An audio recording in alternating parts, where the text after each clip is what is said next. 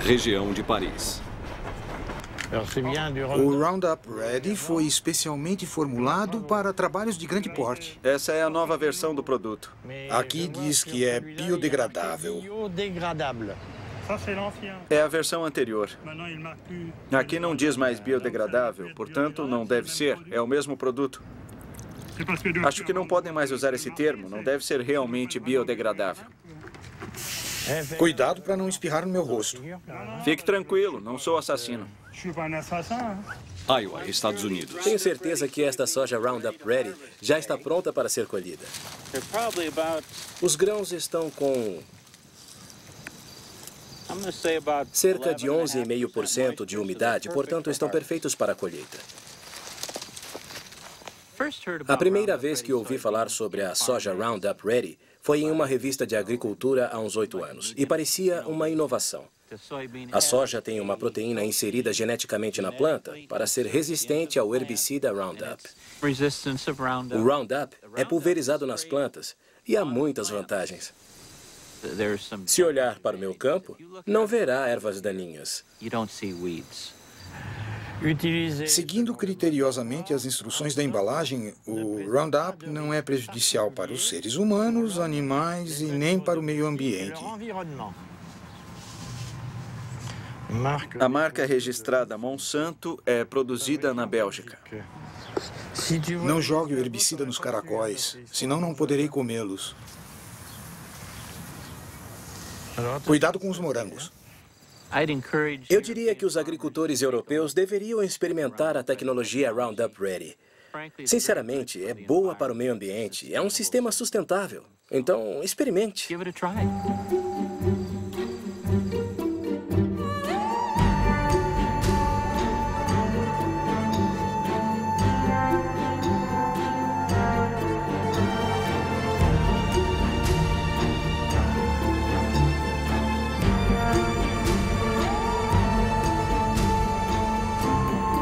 O mundo segundo a Monsanto.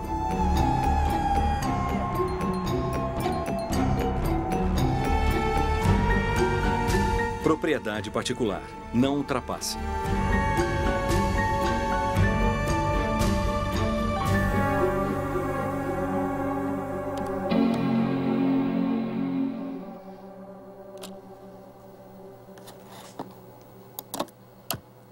Monsanto. Durante mais de 20 anos, andei pelo mundo e em toda parte ouvia falar dessa multinacional americana. Mas o que ouvi nem sempre foi positivo. Para saber mais, naveguei pela internet durante meses e comecei a juntar as peças do quebra-cabeça. No website, a Monsanto se posiciona como uma empresa de agricultura cujo objetivo é ajudar agricultores a produzir alimentos mais saudáveis e reduzir o impacto da agricultura sobre nosso meio ambiente. Seu carro-chefe é o Roundup, o herbicida mais vendido no mundo nos últimos 30 anos.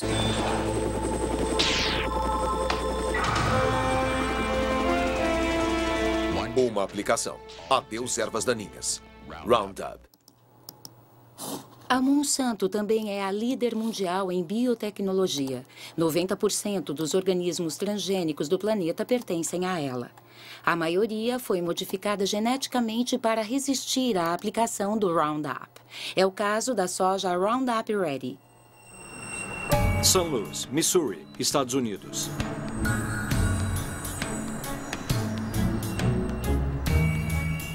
Os alimentos transgênicos da Monsanto invadiram o planeta. Mas nunca um produto despertou tanta polêmica e protestos ardorosos. Por quê? Afinal, o que está em jogo com os transgênicos? O passado da empresa poderia esclarecer quem ela é ou diz ser atualmente? Fundada em 1901 em St. Louis, Missouri, nem sempre atuou no setor de agricultura e era uma das maiores indústrias químicas do século XX. A química trabalha para você. E certamente a Monsanto está trabalhando para você. Monsanto, onde a química criativa faz maravilhas por você. As maravilhas apregoadas neste comercial fizeram da Monsanto uma das empresas mais controversas da era industrial. Plástico poliestireno. Agente laranja. Aspartame. Hormônio de crescimento bovino. PCBs ou bifenilas policloradas. Esses óleos criados quimicamente e usados no mundo todo para refrigeração e lubrificação de equipamentos elétricos foram as joias da coroa da Monsanto por mais de 50 anos. Nos Estados Unidos eram conhecidos como Aroclor, na França como Piralene e Clofen na Alemanha, até serem banidos no início da década de 80. Monsanto PCB.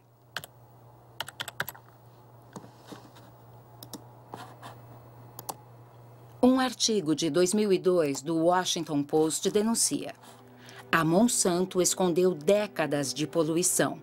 Isso aconteceu em Anniston, no Alabama. Anniston, Alabama, Estados Unidos.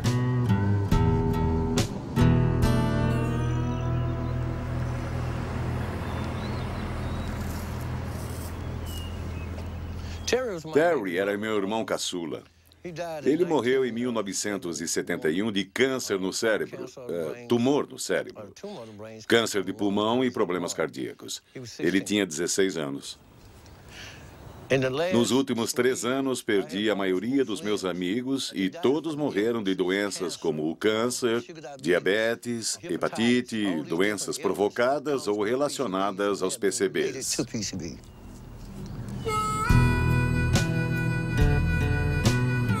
Esta é a rodovia Monsanto.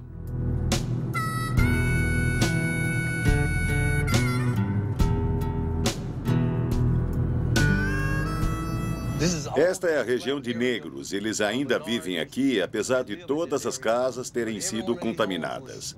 Aquele jardim à direita foi limpo há 6 meses.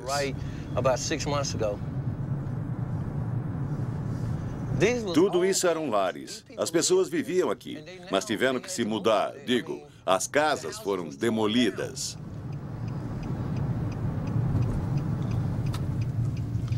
Essa é a casa onde meu irmão morreu, a casa onde cresci.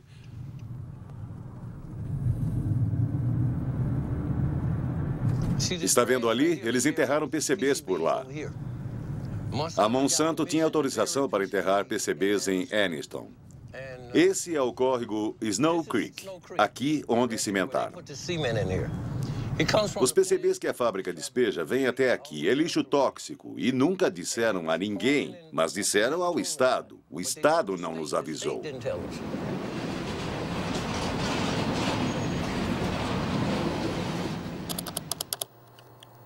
PCB Monsanto sabia. Mas o que exatamente? Uma organização para a proteção do meio ambiente em Washington, D.C., liderada por Ken Cook, colocou na internet arquivos internos da Monsanto. A maioria está classificada como confidencial. Confidencial. Leia e destrua. 1937. Exposição ao PCB provoca efeitos sistêmicos tóxicos e erupção cutânea acneica.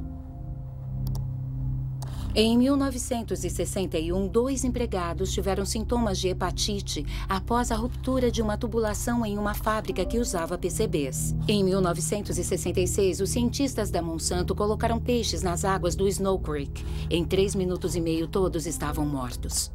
Poluição, memorando enviado aos executivos de vendas em 1970.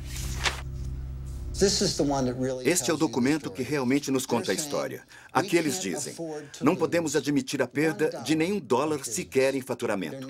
Os moradores de Anniston não foram avisados sobre o lixo tóxico que lhes foi infligido, porque eles não queriam perder nenhum dólar. E somente quando os representantes legais dos cidadãos de Anniston forçaram a Monsanto, juridicamente, a apresentar esses documentos secretos internos, que soubemos o que eles sabiam. Eles sabiam de toda a verdade desde o início. Eles mentiram, esconderam os fatos de seus vizinhos, em muitos casos esconderam das autoridades. E quando informaram essas autoridades que exigiam medidas imediatas, as autoridades, em vez de ficar ao lado do povo que foi envenenado, ficaram ao lado da empresa, ao lado da Monsanto. Isso é absolutamente monstruoso e imperdoável.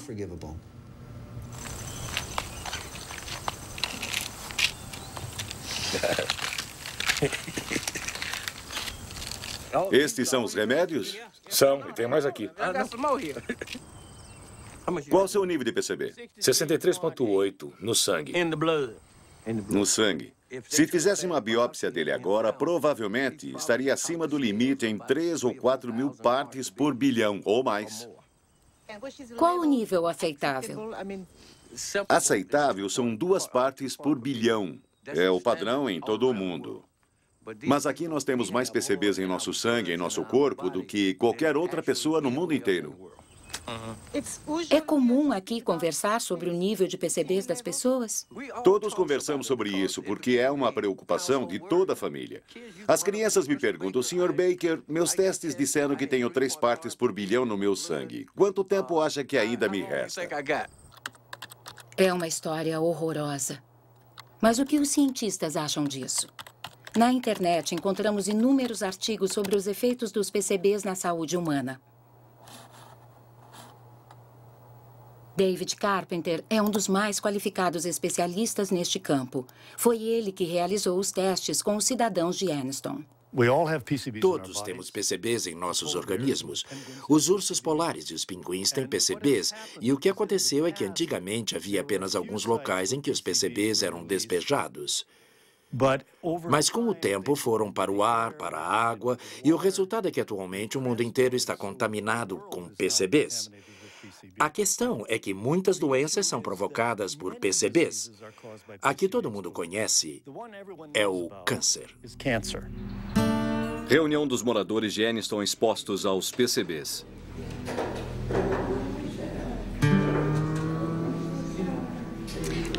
Os resultados dos meus testes foram 202 partes por bilhão no meu organismo.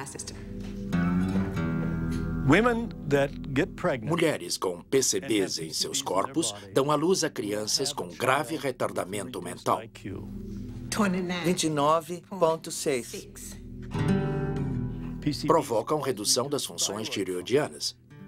Mais de 1.800. Provocam alterações nos hormônios sexuais. Só peço que me deixem morrer em paz. Morrer em paz. E eles irão pagar pelo que fizeram conosco.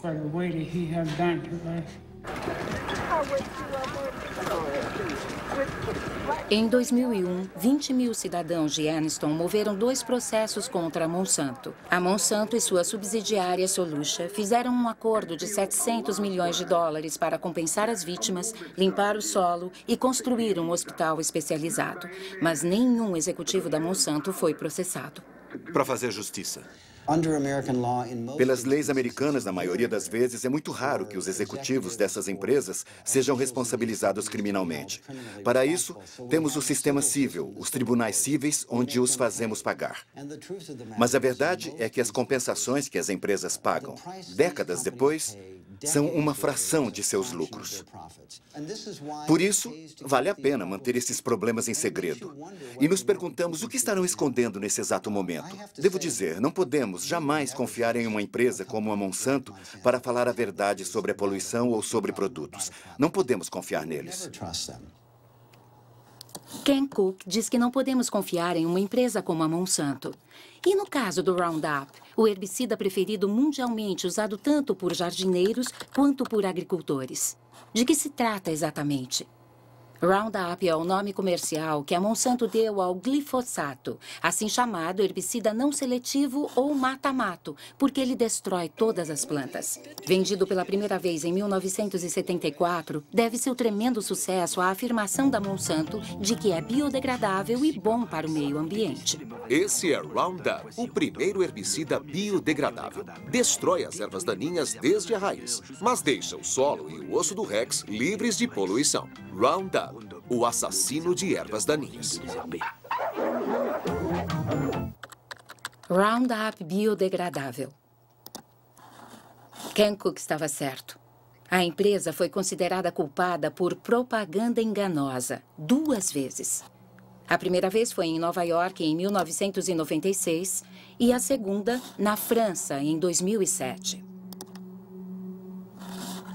Os juízes concluíram que as frases biodegradável, deixa o solo limpo e respeita o meio ambiente eram propaganda enganosa. Segundo um especialista, um teste conduzido pela própria Monsanto provou que apenas 2% do produto havia sido assimilado após 28 dias. É por isso que a Monsanto retirou a palavra biodegradável das embalagens. Mas isso não é tudo. Muitos estudos científicos provaram que o Roundup é altamente tóxico. Por exemplo, ele provoca disfunções na divisão celular, como mostra o estudo do professor Robert Bellet.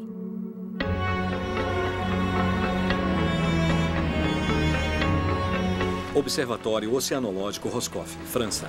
O professor Bellet trabalha no Centro Nacional de Pesquisa Científica e no Instituto Pierre e Marie Curie, na França. Ele estuda os efeitos do Roundup em ovos fertilizados de ouriços do mar. A grande surpresa é que o Roundup afeta a divisão celular.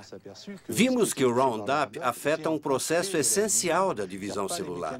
Não a divisão celular propriamente dita, mas os mecanismos que comandam a divisão celular. É preciso entender como as células se tornam cancerígenas. No início, todas as células são benignas e então, em certo momento, começam a ocorrer modificações nas células que as tornam instáveis sob o ponto de vista genético. Essa foi a primeira disfunção que observamos no Roundup.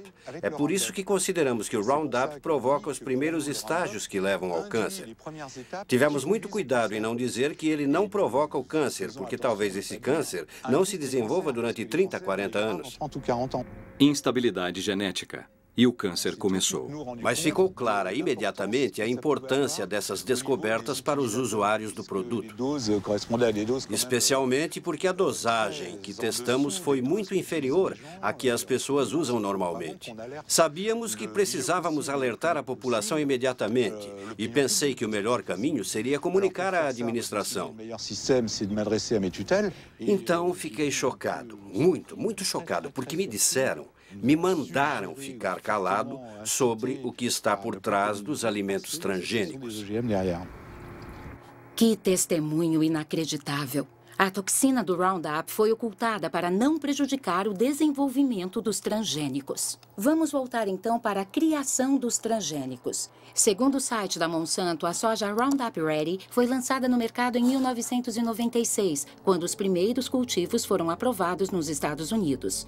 Os agricultores que usaram essas sementes pertenciam à Associação Americana da Soja, cujo endereço está no site da Monsanto. John Hoffman é seu vice-presidente e defensor ardoroso da biotecnologia. Na primavera, eu pulverizo com uma aplicação de Roundup para matar as ervas daninhas que nascem no começo da estação. E após 6 a 7 semanas, faço uma segunda aplicação para ficar livre dessas pragas por 1 ano. Quando não havia a tecnologia Roundup e as plantações tinham ervas daninhas, precisávamos andar pelos campos e arrancá-las à mão. Era mão de obra intensiva. Agora, o sistema de soja Roundup Ready me economiza tempo e dinheiro. Sem dúvida, esta nova maravilha da Monsanto tem de tudo para seduzir os agricultores. Mas como ela funciona? Como pode uma planta de soja sobreviver às aplicações do Roundup? Essa é uma célula de soja. Em seu núcleo está o DNA que contém o código genético dos grãos. Para criar os seus transgênicos, a Monsanto rompe a barreira das espécies usando um gene resistente ao Roundup produzido a partir de uma bactéria. Esse gene é colocado em partículas microscópicas de ouro que são bombardeadas nas células de soja com uma arma. O gene penetra no DNA e dá origem a uma proteína que torna a planta resistente ao Roundup. Quando o herbicida é pulverizado nos campos, mata todas as ervas daninhas, deixando as plantas de soja intactas. É, sem dúvida, uma incrível conquista tecnológica. Mas esses grãos de soja fabricados para resistir a um herbicida poderoso vão acabar em nossos pratos. Devem ter sido rigorosamente testados antes de seu lançamento no mercado. Quem era o ministro da Agricultura naquela época? Dan Glickman, ministro da Agricultura no governo de Bill Clinton, de 1995 a 2000. Washington, D.C., Estados Unidos. O que percebi nos primeiros anos em que estive envolvido com a regulamentação da biotecnologia é que havia um sentimento geral no agronegócio e internamente em nosso governo, nos Estados Unidos, de que se você não marchasse em fileira cerrada a favor de aprovações rápidas de produtos biotecnológicos de cultivos transgênicos, então você seria, de certa forma, anti-ciência e anti-progresso. Sinceramente, acho que havia uma porção de gente no setor da agricultura industrial a quem não interessava as análises e testes que provavelmente deveríamos ter efetuado, pois tinham investido muito dinheiro nos produtos e, certamente, quando me tornei ministro e responsável pelo Departamento Regulatório da Agricultura, havia muita pressão sobre mim para não me empenhar muito no assunto, digamos assim.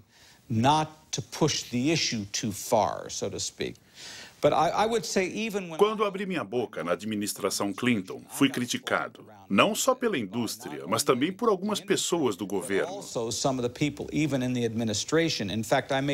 Na verdade, fiz uma vez um discurso no qual dizia que precisávamos pensar com cuidado sobre a regulamentação dos transgênicos.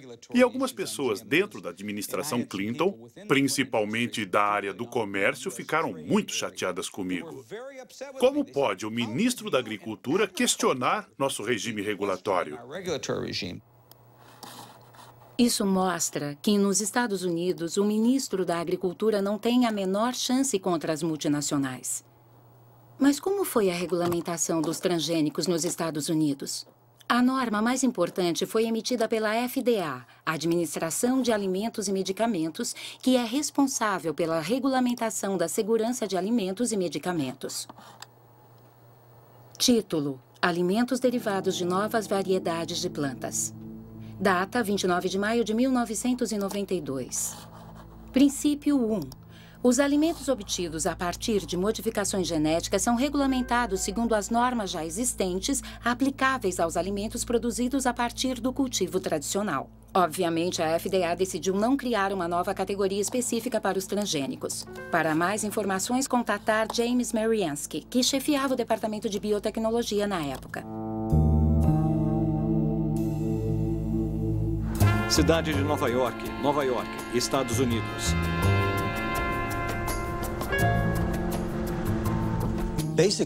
Basicamente, o governo decidiu não criar novas leis por considerar que as já existentes atendiam às necessidades das agências responsáveis pela regulamentação das novas tecnologias. Isso quer dizer que a Casa Branca pediu à FDA para criar uma política onde os transgênicos não seriam submetidos a normas regulatórias específicas? E que essa decisão foi política e não baseada em dados científicos? Sim, foi uma decisão política e uma decisão mais ampla que não se aplicava apenas a alimentos, mas a todos os produtos de biotecnologia. Inacreditável. James Mariansky admite que a regulamentação dos transgênicos foi uma decisão política e não científica. Mas como exatamente justificaram essa decisão? Princípio 2. Os componentes dos alimentos obtidos a partir de modificações genéticas são os mesmos ou substancialmente similares aos elementos encontrados nos alimentos tradicionais. Em outras palavras, a FDA considera que uma planta geneticamente modificada é equivalente a uma convencional. O princípio, que denominaram equivalência substancial, foi adotado em todo o mundo e é hoje o cerne do debate entre os defensores da biotecnologia e os adversários dos transgênicos. Como pôde a FDA decidir que uma planta transgênica é idêntica a uma planta convencional? O que sabemos é que os genes introduzidos nos grãos hoje, usando biotecnologia, produzem proteínas muito similares às que consumimos há séculos. Essa é a posição oficial da FDA sobre o assunto, contestada por Jeffrey Smith, autor de vários livros sobre transgênicos. Michael Hansen, perito científico da Associação dos Consumidores dos Estados Unidos, e pelo escritor Jeremy Rifkin, que foi o primeiro a denunciar o princípio da equivalência substancial. Os cultivos transgênicos são uma realidade graças à manobra da FDA. Eles disseram que os alimentos não eram diferentes. Usaram as expressões substancialmente equivalente, não significativa ou uniformemente diferentes e acabaram chegando a uma terminologia conhecida, geralmente reconhecida como segura, ou GRAS. Para alguma coisa ser geralmente reconhecida como segura, é necessário que haja a publicação e revisão científica de inúmeros estudos, além de consenso absoluto na comunidade científica. Com os transgênicos não houve nenhum dos dois. O que a FDA estava dizendo é que se introduzíssemos um gene em uma planta, esse gene era DNA. E como temos uma longa história de consumo de DNA, podemos dizer que essas plantas são GRAS. Tentamos dizer que essas coisas deviam ser consideradas como aditivos alimentares. Quando você quer introduzir um novo corante em um alimento em proporções mínimas, ou um conservante, ou qualquer outra substância química, isso é considerado um aditivo alimentar. E você precisa submeter o seu produto a uma infinidade de procedimentos para provar que ele atende às normas de segurança. Mas quando você usa engenharia genética que pode provocar diferenças inimagináveis naquela planta, eles não exigem nada. Aqui em Washington, se você fosse tomar um drink em um daqueles bares frequentados por lobistas, todos ririam da sua cara. Saberiam que é uma piada se falar da equivalência substancial.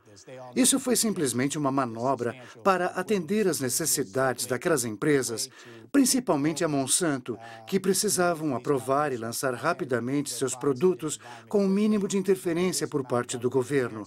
E devo dizer que eles foram muito eficientes em expressar seus interesses.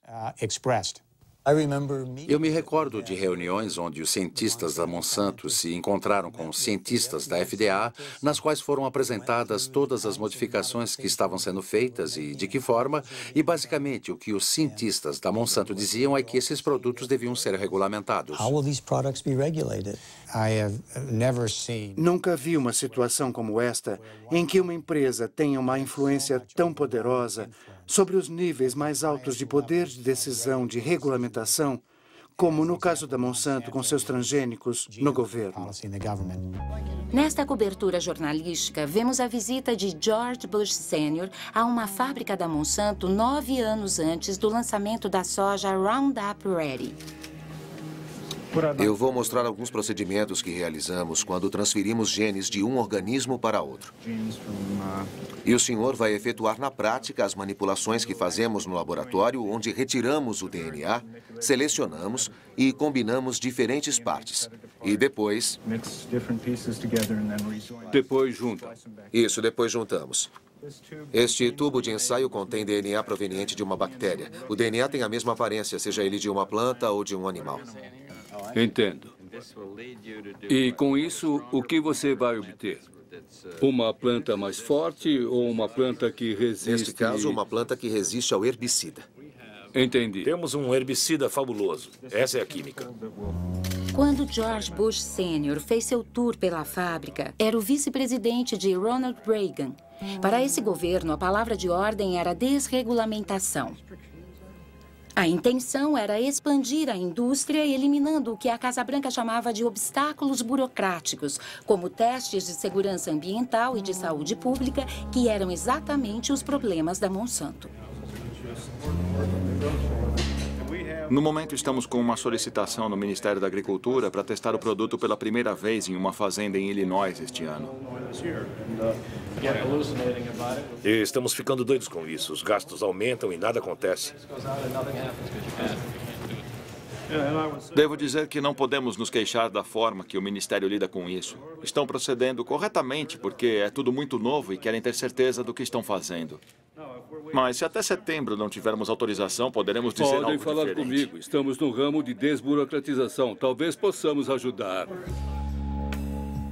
Em 1988, quando George Bush Sr. foi eleito presidente dos Estados Unidos, Dan Quayle foi o novo vice-presidente. 4 anos depois, anunciou a política americana em relação aos transgênicos, que foi redigida exatamente como a Monsanto havia idealizado. O passo que estamos dando faz parte do programa deste governo para a liberação de regulamentações que se encontra agora em sua segunda fase. Os Estados Unidos são hoje o líder mundial em biotecnologia e pretendemos continuar a sê-lo. Somente em 1991, esta indústria respondeu por um faturamento de 4 bilhões e até o ano 2000 prevê-se que atinja o patamar dos 50 bilhões. Isto é, se conseguirmos conter o excesso de regulamentações desnecessárias. Você acha que foi uma conspiração? Conspiração é uma palavra muito forte. Sob o ponto de vista corporativo, foi um golpe brilhantemente executado. Um senhor chamado Michael Taylor foi nomeado administrador adjunto da FDA exatamente na época que a política estava para ser definida. Quem é Michael Taylor? Na internet, temos apenas uma imagem deste homem que exerceu seu poder de uma forma muito discreta. Atualmente, ele lidera a Fundação Recursos para o Futuro.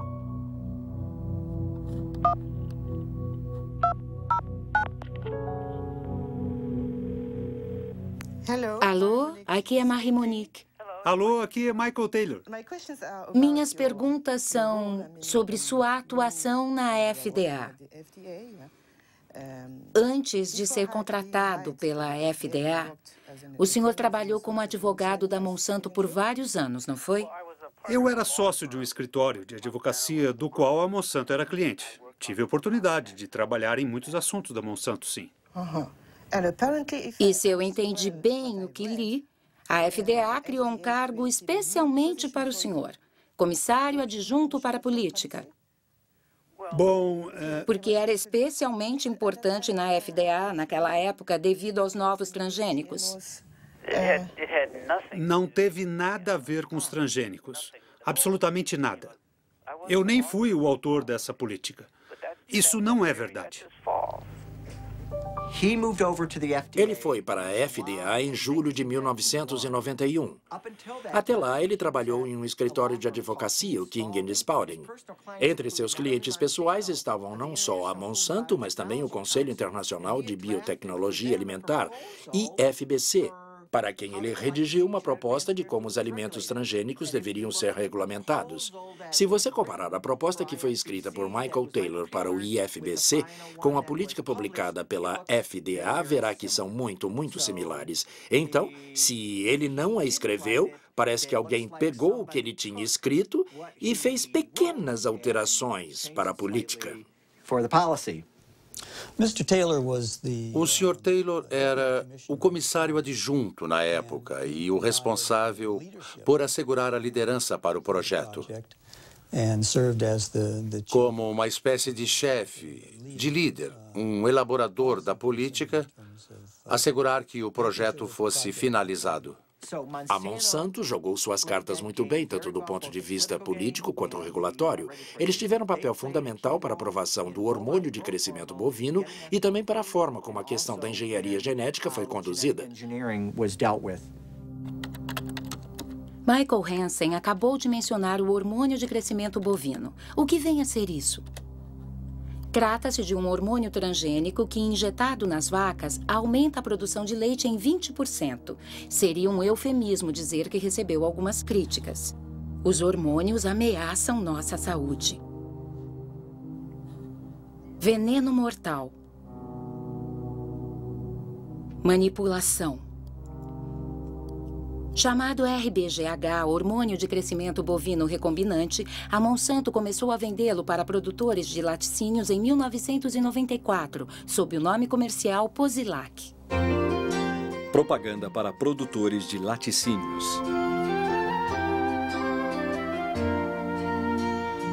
Posilac é o novo produto mais testado da história. Você sentirá rapidamente os resultados extraordinários que ele proporciona. Fazenda Experimental Monsanto.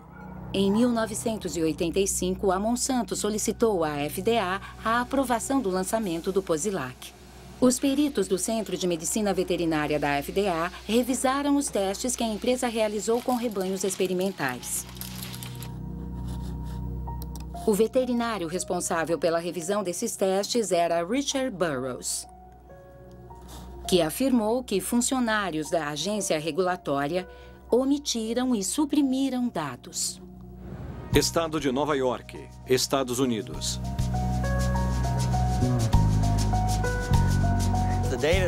Os dados que a Monsanto nos apresentou não estavam completos. Faltavam várias informações importantes para a indústria de laticínios. Eles não abordavam questões importantes como a incidência de doenças como a mastite, que é uma infecção nas glândulas mamárias, e problemas de reprodução.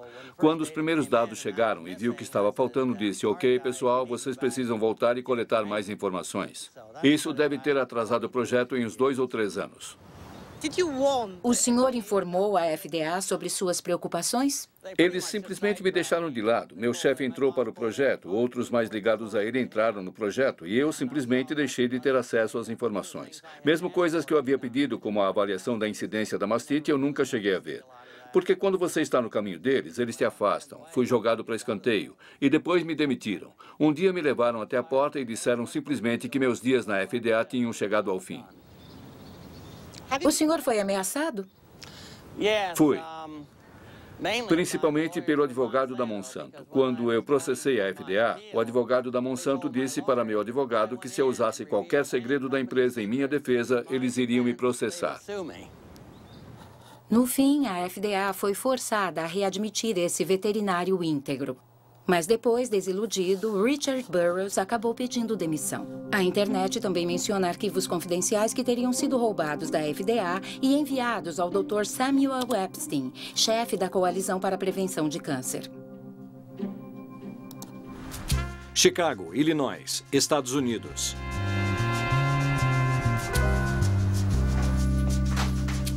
Em 1990, Samuel Epstein publicou um artigo no The Milkweed, o jornal mais importante da indústria de laticínios, editado por Pete Harding. O artigo era baseado nos documentos confidenciais que os dois haviam analisado. Um dia, acho que foi em outubro, cheguei ao meu escritório e vi uma caixa enorme, cheia de documentos. Vinha de Washington, mas não havia remetente.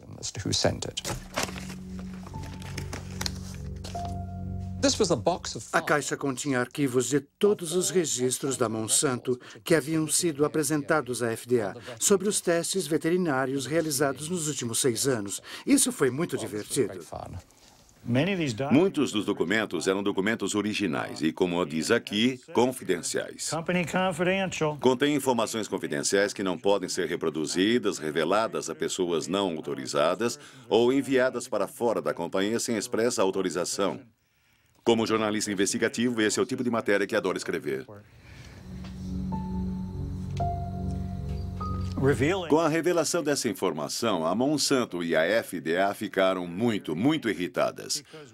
Porque pudemos concluir que haviam alterações fisiológicas seríssimas nos animais submetidos ao tratamento com hormônios, quando comparados com os outros animais do grupo de controle.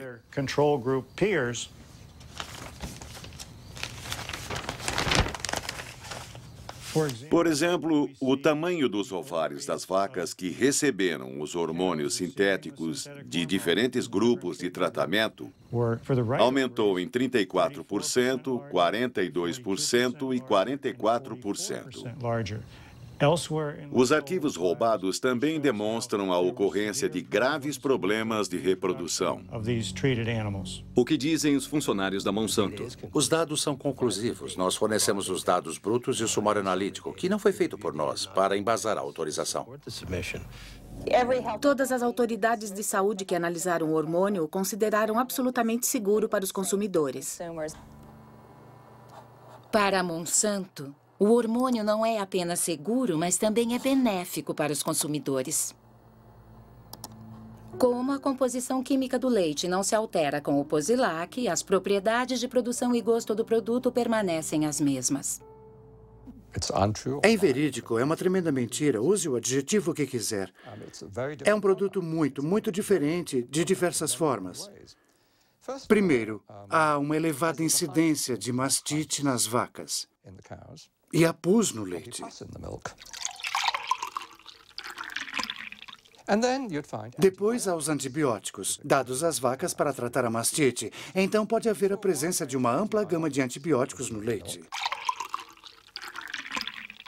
Além disso, mas muito importante, há uma elevação considerável nos níveis de IGF-1, fator de crescimento de insulina símile 1.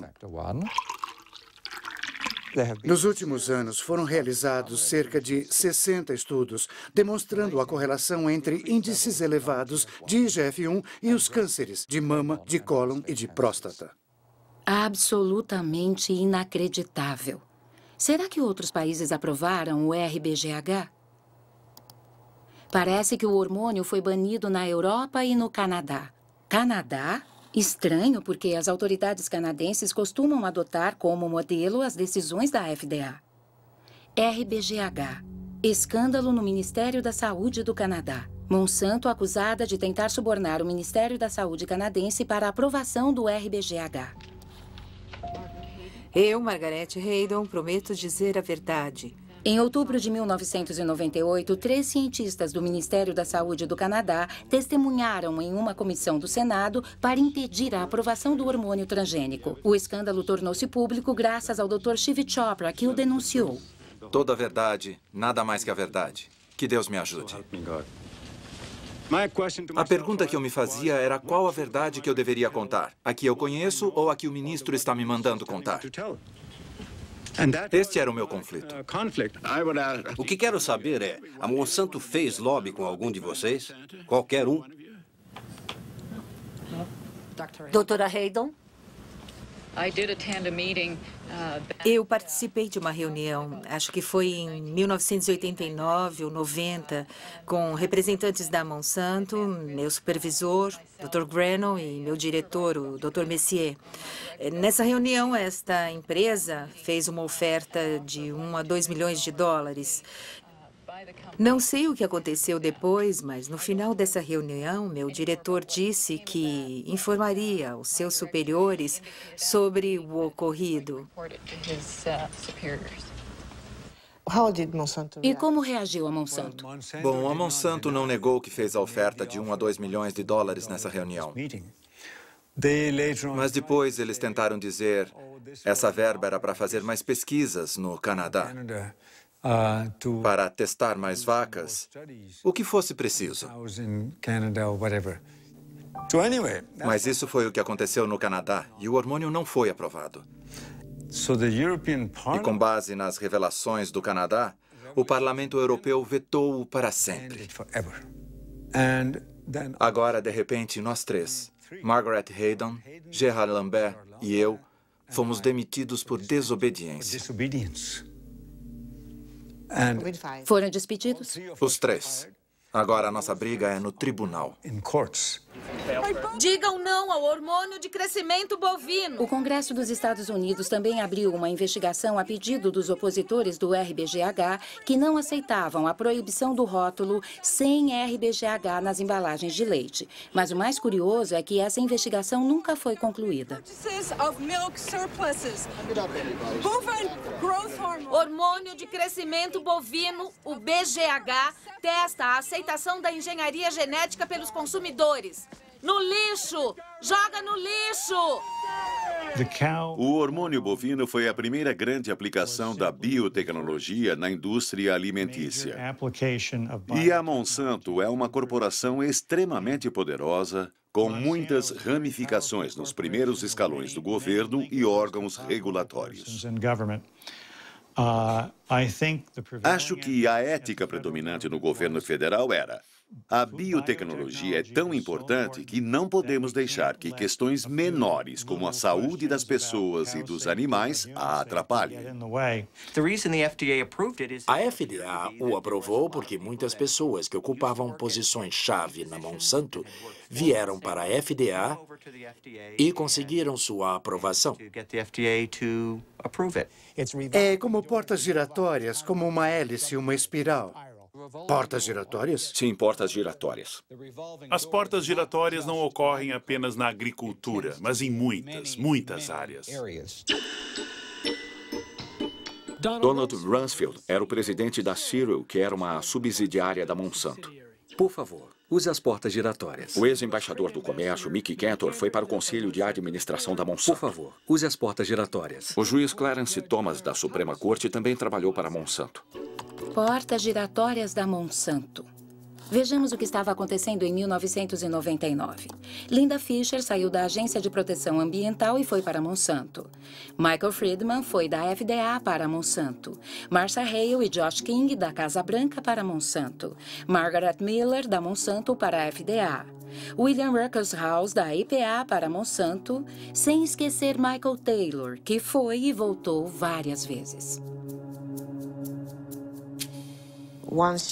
Quando sua missão na FDA foi cumprida, o senhor voltou para Monsanto e se tornou vice-presidente de relações com a comunidade. Certo. Então não há conflito de interesses para o senhor? Não. E, de novo, regras são regras. E eu sempre atuei dentro das regras. Acho que, em termos de aceitação pela população, a empresa cometeu um erro atrás do outro. Se você está criando uma estratégia para levar o público a entender e aceitar uma nova tecnologia, fazer a primeira aplicação dessa tecnologia em um produto como o leite, do qual temos muito mais do que precisamos, ajudou a criar, sabe, um clima de... Suspeita. Sim, suspeita. A ideia de que em nenhum alimento transgênico as empresas não precisam submetê-lo à aprovação da FDA como é exigido na Europa é insuficiente. Não basta para obter a confiança e a aceitação pública. Eu, pessoalmente, disse que o Congresso deveria mudar a lei. Deveria ser criado um sistema de notificação obrigatória, assegurando que cada produto seja avaliado pela FDA e que esta emita um parecer sobre sua segurança. Eis um testemunho interessante. Parece que Michael Taylor tem algumas reservas sobre a política que ele próprio assinou em 1992. E quanto aos cientistas da FDA, houve consenso sobre a regulamentação dos transgênicos? Documentos da FDA mostram que a entidade ignorou as advertências de seus próprios cientistas. Escrito por Steven Drucker. Iowa, Estados Unidos. O advogado Steven Drucker representa a coalizão das associações sem fins lucrativos, ONGs. Ele processou a FDA e a forçou a quebrar o sigilo de seus arquivos internos sobre os transgênicos.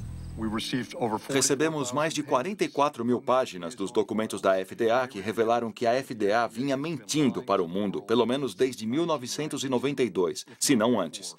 Mas eles continuaram a mentir e ainda mentem. Eles afirmam que houve um consenso absoluto na comunidade científica sobre os alimentos transgênicos serem tão seguros quanto seus equivalentes convencionais e que houve comprovação científica suficiente para corroborar esse consenso. Ambas as afirmações são grandes mentiras. Por exemplo, o Dr. Louis Preble, do Grupo de Microbiologia da FDA, escreveu: há uma grande diferença entre os tipos de efeitos inesperados que ocorrem no cultivo tradicional e aqueles encontrados na engenharia genética. O Dr. Preble também salientou em seu memorando que alguns aspectos da engenharia genética podem ser ainda mais perigosos. A preocupação que diversos cientistas da FDA expressaram era tão clara e inequívoca que a executiva da FDA responsável por reunir e avaliar as informações dos cientistas, doutora Linda Kahl, escreveu um memorando para o coordenador de biotecnologia da FDA, Dr. James Mariansky. Segundo arquivos da FDA, cujo sigilo foi rompido recentemente, houve muitas críticas dos próprios cientistas da casa, dos cientistas da FDA, à política de regulamentação dos transgênicos. Houve, por exemplo, um memorando enviado para o senhor por Linda Kahl. Certo. Ela afirmou: os processos de engenharia genética e cultivo tradicional são diferentes. E cultivo tradicional são diferentes. E segundo os peritos da agência, levam a riscos diferentes. A riscos diferentes. Acontece que nós tínhamos muitas pessoas com diferentes pontos de vista. A Linda Kahl efetivamente escreveu isso em seu memorando, mas, na verdade, quando terminamos a política de regulamentação, todos os cientistas concordaram com ela. Agora, claro que a FDA avaliou a engenharia genética, mas não tinha informação sobre o fato de que o simples uso das técnicas poderia resultar em produtos com qualidade ou níveis de segurança diferentes. Mesmo antes das advertências de seus próprios cientistas, a FDA teve um aviso muito claro, porque o primeiro suplemento alimentar transgênico lançado nos Estados Unidos provocou uma enorme epidemia. O senhor se lembra do que aconteceu em 1989 com triptofane? O senhor se lembra? Lembro. Era um produto de engenharia genética. Sabemos que é um aminoácido e... Certo. Que matou dezenas de pessoas e deixou centenas doentes. Causou uma epidemia de uma doença rara chamada EMS, esclerose múltipla. Isso. E muitas pessoas morreram. Sim, mas também temos... 37. E mais de 1.000 incapacitadas? O senhor se lembra? Claro que lembro. E o senhor disse que, para a FDA, a causa do EMS ainda era desconhecida, mas que não se podia eliminar a transgenia. O senhor disse o que eu acabei de ler? Disse. Surpreendente. James Mariansky não pode descartar a possibilidade de que seja a própria manipulação genética a responsável por efeitos colaterais inesperados. Mas ele não fez nada. Será que cientistas independentes avaliaram esta questão que é crucial para os consumidores? Arpad Pusztai, cientista reconhecido mundialmente, perdeu seu emprego quando alertou sobre alimentos transgênicos. 1998. Aberdeen, Escócia.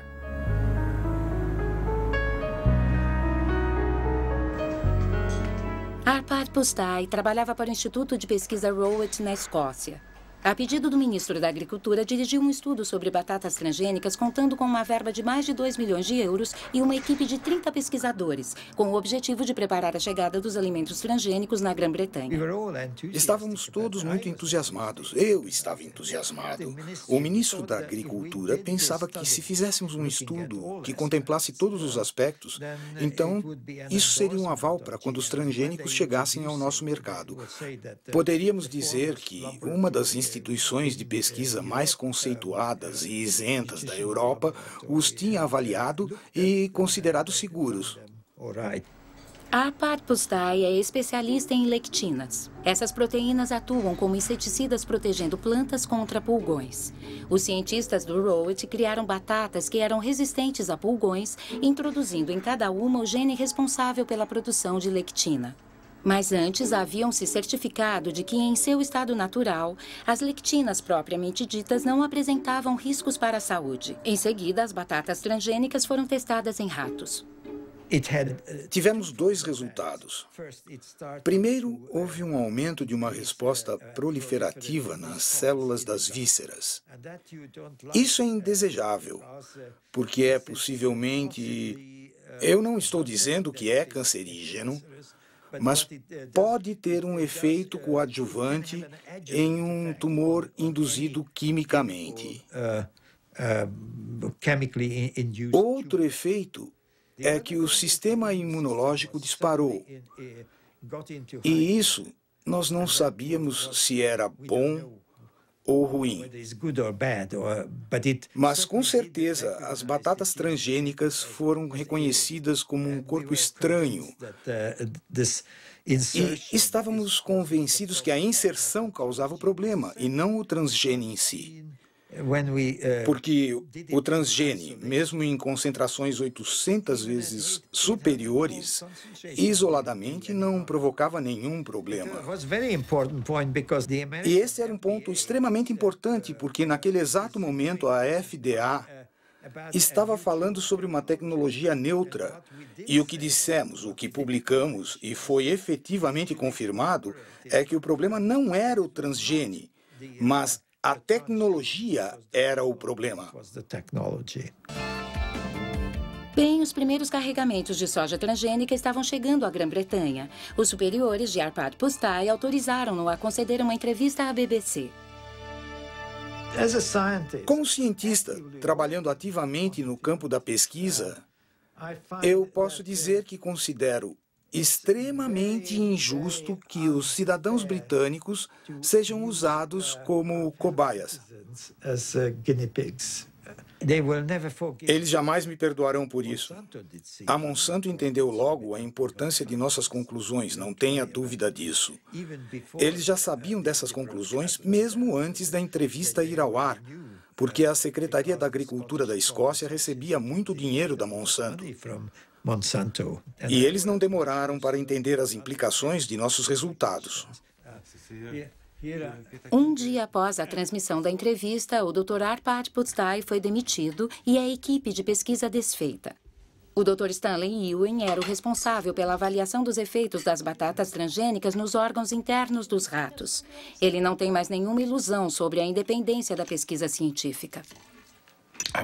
Eu estava muito zangado e muito preocupado. Era como se o mundo todo estivesse sumindo sob os meus pés. O que estava acontecendo, afinal?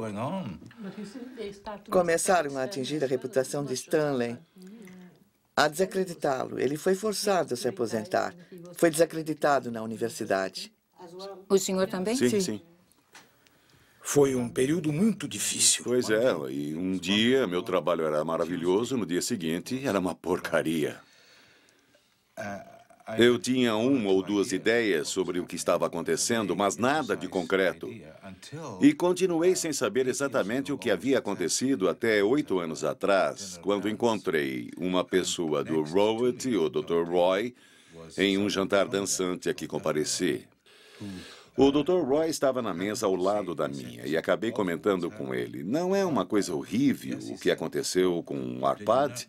E ele respondeu, pois é, e você sabe que houve não um, mas 2 telefonemas do gabinete do primeiro-ministro para o diretor? E aí, é claro, entendi claramente o que havia acontecido. Era uma coisa supranacional, por assim dizer, uma pressão sobre o governo de Tony Blair para acabar com este trabalho que, para os americanos, ameaçava sua base industrial. A indústria de biotecnologia, para ser mais exato. O escândalo de Arpad Pusztai deflagrou uma rejeição em massa dos transgênicos na Grã-Bretanha, sob a liderança do Greenpeace. Um ano mais tarde, Robert Shapiro, presidente da Monsanto naquela época, concordou em participar de uma teleconferência organizada pelo Greenpeace. Estas são as únicas imagens disponíveis do ex-presidente, que levou a empresa para a era da biotecnologia com o slogan Alimentação, Saúde e Esperança. A Monsanto fez investimentos vultuosos e não mediu esforços para colocar os seus produtos em todos os cantos do globo com o apoio irrestrito de multinacionais de produtos alimentícios, distribuidores, empresas de comunicação, organismos regulatórios e até de governos. Para nós, vocês não agem como uma empresa de vida e esperança, mas sim como intimidadores e agressores tentando nos impor seus produtos à força. Só tenho a dizer que se sou intimidador e agressor, não tenho tido muito sucesso. Mas preciso enfatizar que a biotecnologia é uma ferramenta. Por si só, a biotecnologia não é boa nem má. Ela pode ser usada bem ou mal. Os produtos hoje disponíveis no mercado foram avaliados mediante os processos de regulamentação que a sociedade estabeleceu para determinar não apenas sua segurança, mas também a proteção do meio ambiente pelos produtos em si.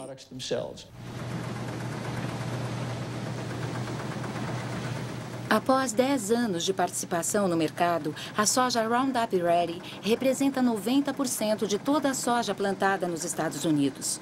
Na verdade, 70% dos alimentos hoje disponíveis no mercado americano contêm elementos transgênicos. Ao contrário da Europa, os consumidores americanos não podem fazer uma escolha consciente porque a rotulagem de transgênicos é proibida. E isto é consequência direta do princípio da equivalência substancial. Eu tenho um grão de soja na minha mão e posso até comê-lo. É muito seguro. Acho que a FDA acredita que, em termos de segurança alimentar, a soja transgênica é tão segura quanto qualquer outra variedade. E como a FDA tem certeza disso? Nos baseamos em todas as informações que a empresa forneceu para a FDA, que foram revisadas pelos cientistas da FDA. A empresa não tem qualquer interesse em criar um estudo que mascare os resultados. Como James Mariansky pode estar tão certo disso? Se eu digitar Monsanto falsificação de pesquisas científicas, chego a 174 mil resultados de busca. Entre eles, um relatório da Agência de Proteção Ambiental dos Estados Unidos. Monsanto acusada de falsificar os resultados de pesquisa da cancerogenicidade das dioxinas. Nitro, Virgínia Ocidental, Estados Unidos. A história começou em Nitro, uma fábrica da Monsanto que produzia um poderoso herbicida chamado 2,4,5-T.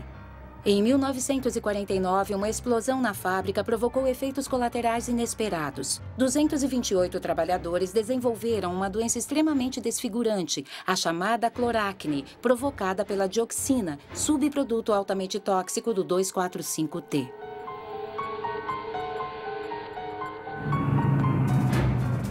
O 2,4,5-T também era o principal elemento do agente laranja, usado pelo exército dos Estados Unidos durante a Guerra do Vietnã. Durante a guerra, 40 milhões de litros de agente laranja, contendo cerca de 400 quilos de dioxina pura, foram pulverizados nas árvores do sul do Vietnã. 3 milhões de pessoas foram contaminadas, incluindo milhares de soldados americanos. Após 40 anos do fim da guerra, a dioxina continua a fazer vítimas. Hoje sabemos que este veneno provoca câncer e sérias malformações genéticas. Hospital Tudu, cidade de Ho Chi Minh, Vietnã.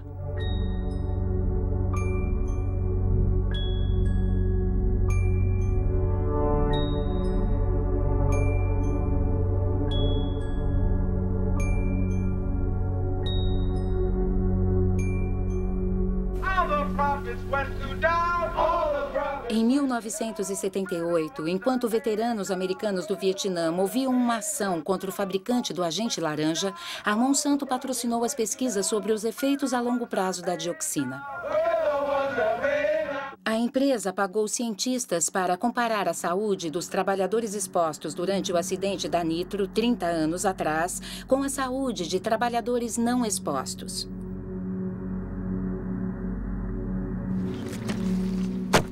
Existem 2 peritos neste assunto. William Sanger, que dirigiu a divisão de lixo tóxico da EPA, Agência de Proteção Ambiental, e Gerson Smoger, um advogado que representa os veteranos do Vietnã. Em 1990, a doutora Kate Jenkins, minha colega na agência de proteção, escreveu um memorando dizendo que alegações foram feitas, que algumas das pesquisas realizadas pela Monsanto continham erros graves e que, se tivessem sido conduzidas corretamente, teriam apontado resultados opostos aos apresentados. A Monsanto mostrava que a dioxina não era um agente cancerígeno humano. Isso quer dizer que eles tinham as informações primeiro e que as manipularam para chegar aos resultados que desejavam. Isso é absolutamente... Uma pesquisa não se faz desse jeito, nunca. Mas eles fizeram errado e chegaram aos resultados que queriam. Depois descobriu-se que pacientes de câncer de uma das pesquisas tinham sido relacionados como expostos à dioxina e essas mesmas 5 pessoas, em outra pesquisa, tinham sido relacionadas como não expostas. Quando você coloca todos esses cânceres na lista dos não expostos, parece que as pessoas não expostas estão contraindo tantos cânceres quanto as expostas. Aí você conclui, bom, não há diferença, é tudo igual. Assim, milhares e milhares de veteranos não receberam qualquer compensação pela exposição ao agente laranja. Então, todas as políticas nos Estados Unidos foram afetadas por essas pesquisas por 7 a 9 anos. Como boa cientista e excelente colaboradora da EPA, e por sinal, uma pessoa absolutamente destemida, Kate Jenkins escreveu um memorando para a direção científica da EPA, pedindo-lhes que revisassem as 2 pesquisas e verificassem se haviam sido realizadas corretamente. O fato é que não houve qualquer investigação da Monsanto. Ela não existiu. Ninguém verificou as pesquisas. Ninguém. Ponto final. A única pessoa a ser investigada foi a Kate Jenkins, a denunciante. A pobre mulher teve sua vida transformada no inferno, foi perseguida, assediada, teve de mudar de emprego. Pensando na Monsanto hoje, quando eles dizem que os alimentos transgênicos são absolutamente seguros, o senhor confia? Não acredito em nada do que a empresa diz, nada. Eu poderia talvez acreditar numa entidade independente que avaliasse essas afirmações, dependendo da efetiva independência e eficiência dessa entidade. Exatamente. Para provar a segurança da soja Roundup Ready, a Monsanto realizou uma pesquisa que foi apresentada em 1996 por uma publicação científica respeitada. O estudo propunha-se a avaliar os efeitos da soja transgênica na saúde animal, especificamente em ratos. E foi cuidadosamente revisto por um cientista dinamarquês já falecido e por um especialista norueguês, Ian Prime. Lamento dizer que o valor científico deste estudo é muito pobre. É uma decepção, uma grande decepção. Principalmente porque este trabalho deveria dar respaldo ao princípio da equivalência substancial. Por exemplo, aqui diz que a alimentação dos animais proporcionou alguma certeza de que não haviam ocorrido mudanças significativas. Alguma certeza não é suficiente para mim. Eu não quero alguma certeza, eu quero 100% de certeza. Na página 723, eles dizem também que, exceto pela cor de um marrom mais escuro, os fígados têm aparência normal na necrópsia. Mas você não pode dizer isso sem examinar o interior do órgão, fazer secções mostrando no microscópio que não há diferença. Eles também usaram ratos mais velhos. Obviamente, se quiser evitar problemas, use animais adultos. Mas se você realmente quiser avaliar a ocorrência de alterações, deve usar animais mais jovens, é claro. De certa forma, podemos dizer que isso é tudo menos ciência, porque há uma porção de informações que deveriam ter sido apresentadas e sequer foram mencionadas. O senhor tentou ter acesso aos dados brutos? Eu não, mas um colega meu tentou, e foi extremamente frustrante. O tempo que ele passou indo de um escritório para outro, até finalmente ele receber um não como resposta. Se não houvesse nada a esconder, ver esse material não seria um problema. Pelo contrário, qualquer um se disporia a entregar os seus dados para que pudessem ser avaliados. Mas quando há uma recusa, você começa a suspeitar. Por quê? O que está acontecendo aqui?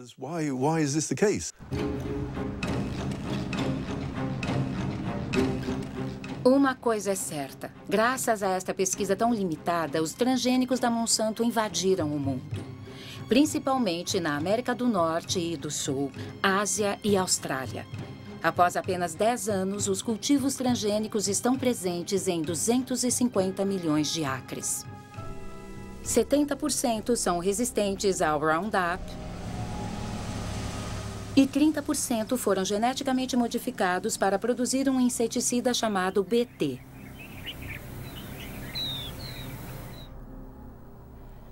A partir de 2001, a empresa passou a publicar anualmente um documento intitulado O Nosso Compromisso, uma espécie de declaração ética na qual a Monsanto procura justificar suas práticas comerciais.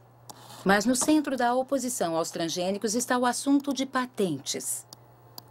Aqui a Monsanto chama sua propriedade intelectual, cujo objetivo é proteger seus investimentos. Protegendo o nosso investimento. Na América do Norte, todos os agricultores que compram sementes transgênicas devem assinar um acordo de tecnologia pelo qual se comprometem a respeitar a patente da empresa sobre o gene modificado. Cultivos transgênicos são protegidos pela lei de patente dos Estados Unidos. E por isso eu não posso guardar a semente para replantar no ano seguinte. Isto é uma proteção para a Monsanto, para as empresas de biotecnologia, porque elas investiram milhões e milhões de dólares para criar esta nova tecnologia. E como a Monsanto fica sabendo se alguém replantou as sementes?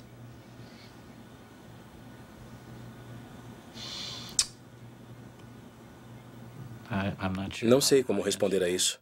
Não sei como eles iriam saber se alguém replantou as sementes. É uma boa pergunta para a Monsanto. A questão é tão delicada que a Monsanto prefere evitá-la, fazendo fantásticas promessas. Nos casos em que haja o aparecimento não intencional de nossas variedades de sementes nos campos do agricultor, trabalharemos com esse agricultor para que a questão seja resolvida atendendo aos interesses de ambos, agricultor e a empresa. Mas a realidade é bem menos idílica. O Centro para a Segurança Alimentar em Washington, D.C., publicou um estudo sobre agricultores processados pela Monsanto por não terem respeitado a patente das sementes. Descobriu pelo menos 100 processos e muitas falências. Entre as vítimas, Troy Roush, um fazendeiro de Indiana. Indiana, Estados Unidos.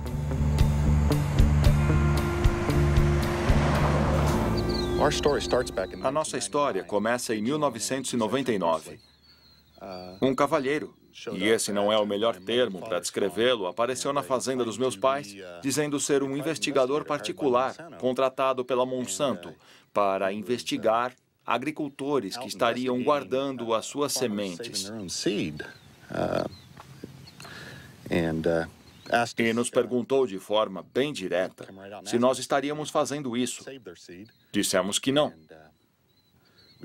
E mostramos todas as nossas compras de herbicidas e de sementes, os recibos, e dissemos inclusive onde os havíamos comprado, dizendo que ele podia ir às lojas e checar.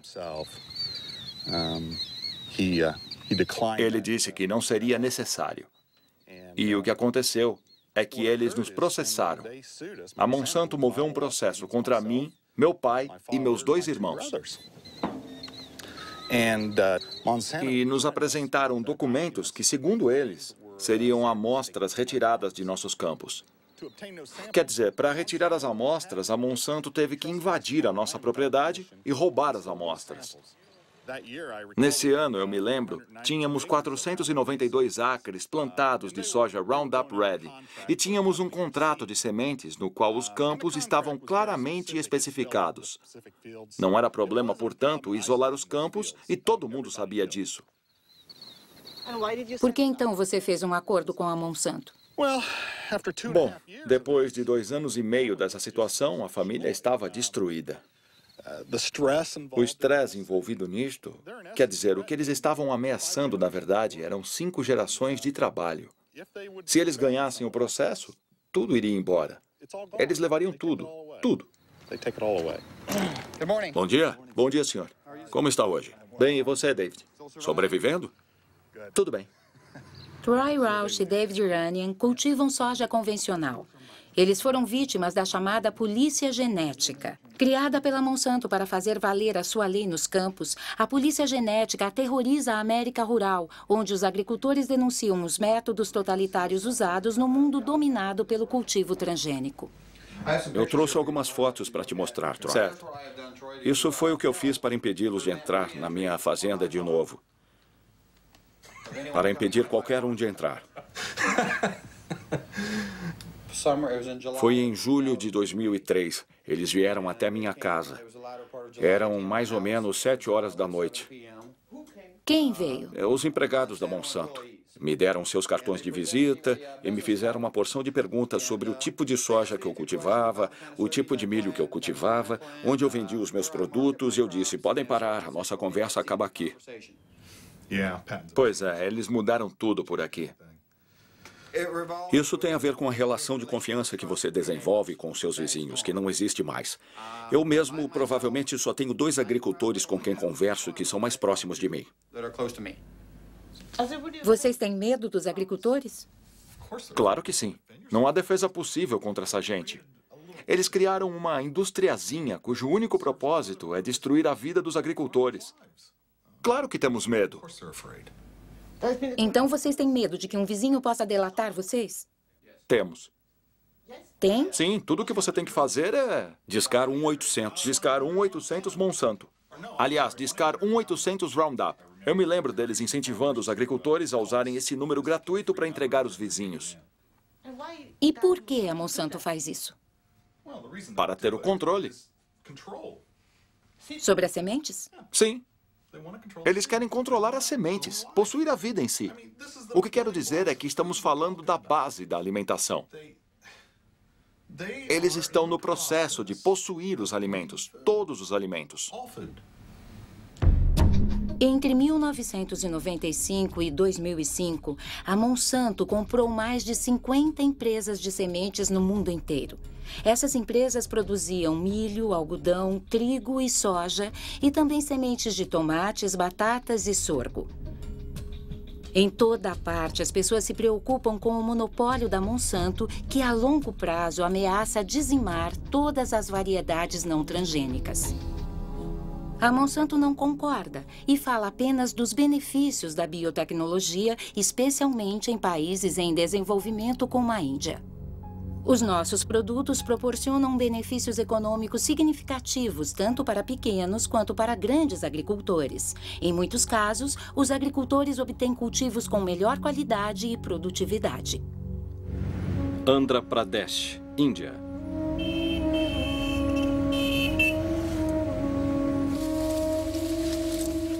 A Índia é o terceiro produtor mundial de algodão. Em 1999, a Monsanto comprou a Marico, a maior empresa indiana de sementes. 2 anos mais tarde, o governo indiano autorizou o lançamento do algodão BT sob o nome comercial de Bollgard. Trata-se de um produto transgênico para produzir um inseticida que repele as lagartas do algodão. Dia e noite, todo dia, Bollgard protege você. Essa é a força de Bollgard. Menos pesticida, maiores lucros. Sementes de algodão Bollgard. O poder de acabar com as pragas. Desde 2001, Kiran Sakari e Abdul Gayam vêm acompanhando de perto o algodão transgênico cultivado por pequenos agricultores no distrito de Warangal. Todo ano, os 2 agrônomos publicam um relatório comparando o algodão transgênico ao convencional, em termos de produtividade e custo de produção. Em 2006, a safra foi destruída por uma doença que atinge o algodão transgênico. Esse é um campo de algodão Bollgard BT. E podemos ver que as plantas foram atacadas na raiz por Rhizoctonia. Está vendo? Se você remover a casca de uma planta saudável, ela não será assim fibrosa. É um caso clássico de infestação de Rhizoctonia. Os agricultores dizem que nunca viram isso, mas em um estudo que publicamos em 2001, nós já tínhamos observado esta doença em algumas plantas BT. Com o tempo, a doença foi se espalhando e ocorrendo em cada vez mais cultivos de algodão BT e em cultivos convencionais também. Eu pessoalmente acho que se trata de uma interação não desejada entre a planta hospedeira na qual o gene foi inserido e o gene que carrega o BT. Isso introduziu uma fraqueza na planta que agora não consegue resistir à Rhizoctonia.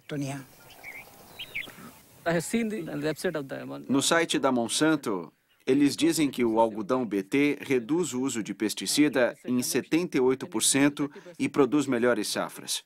Mas é uma mentira descarada. Após 70, 90 dias, você continua tendo de usar pesticida mesmo no algodão BT. Como se explica que tantos agricultores comprem sementes de algodão BT? Veja, os agricultores têm cada vez menos opções. Mesmo que queiram comprar sementes convencionais, eles não as encontram para comprar. Maharashtra, Índia. Atualmente, na Índia, a Monsanto controla quase todo o mercado de sementes de algodão e força os agricultores a comprarem as sementes a preços 4 vezes superiores aos das sementes convencionais. Pequenos agricultores se veem forçados a recorrer a agiotas, que cobram taxas de juros elevadíssimas. Quando a safra é ruim, o agricultor vai à falência, um círculo vicioso que está dizimando as aldeias da Índia.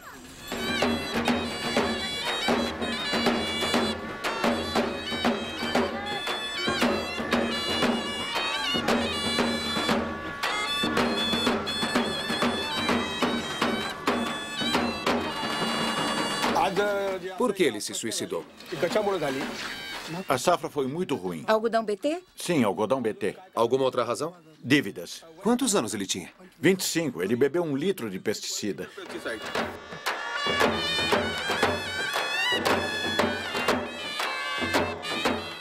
Esse foi o primeiro suicídio? Não, o segundo.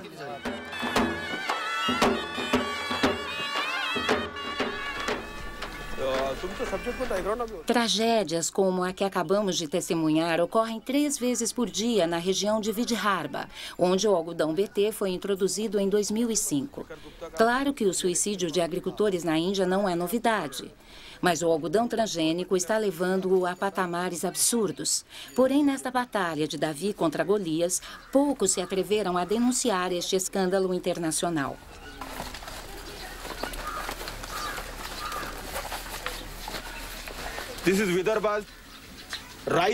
Este é o mapa do algodão cultivado na Índia. No primeiro ano, tivemos 600 suicídios, de junho de 2005 a junho de 2006. No segundo ano, que ainda não acabou, já tivemos 680 suicídios. Ou seja, é um desastre. É um desastre absoluto, sim. Todas essas tecnologias, seja genética ou biotecnológica, estão deixando os agricultores na total dependência do mercado, porque você tem que pagar muito mais pelas sementes e também tem que comprar pesticida. Eles dizem que não é preciso, que o BT dispensa pesticida, mas é uma grande mentira. Mas a Monsanto afirma no seu comercial que os cultivos transgênicos foram adaptados para os pequenos agricultores. O que acha disso? Só posso dizer que isso é completamente falso, uma mentira.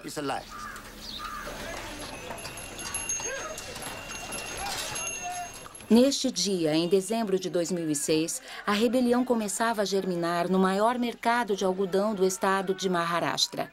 3 dias mais tarde, explodiram os tumultos nos quais foram presos dezenas de pequenos agricultores, entre eles Kishore Tiwari. O preço que eles estão pagando é muito baixo. Todos os agricultores estão preocupados. Quanto você pediu emprestado? 52 mil rúpias de dívida.